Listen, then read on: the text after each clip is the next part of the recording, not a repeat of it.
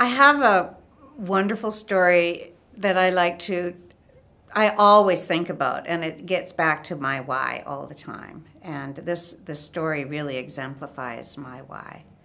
And it's about a fellow in my early days when I was very young in the recruiting business. I was in the early stages of the high-tech startup world in the early 80s. I was female. There weren't women in business in those days. There certainly weren't women in high-tech in those days. And I, was taught in my values that just be a really good service, just keep giving really good service. And one of the clients that really acknowledged that, even though I probably didn't know what it was doing a whole lot, his name was Dennis. And he had a job to fill, and I had met this individual. And of course, remember, at this time, it was a recession. It was a very tough economic time. All the major utilities were on strike. The province of British Columbia was in absolute chaos, and Vancouver was almost at a grinding standstill. So recruiters were being laid off all over town. There weren't a whole lot of jobs to be had, but I still had mine, and I still had a couple of really loyal clients because I just worked really hard for them.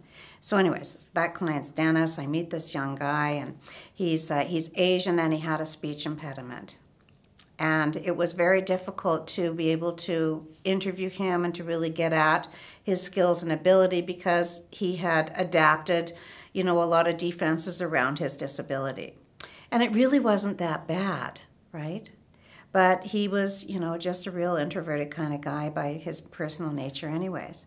I was able to see that he was just a rock star in what he did in the technical world. And so I called up Dennis and I said, I've got this guy that I think you should see. And Dennis took him in, and he too saw through that first impression. And he worked at that. And then he worked with Phil after he hired him. And Phil became one of his best guys on the team. He didn't he didn't break huge records or anything, but he became one of his best employees. And that Christmas, I got this card that said, it's so silly, I can't do this.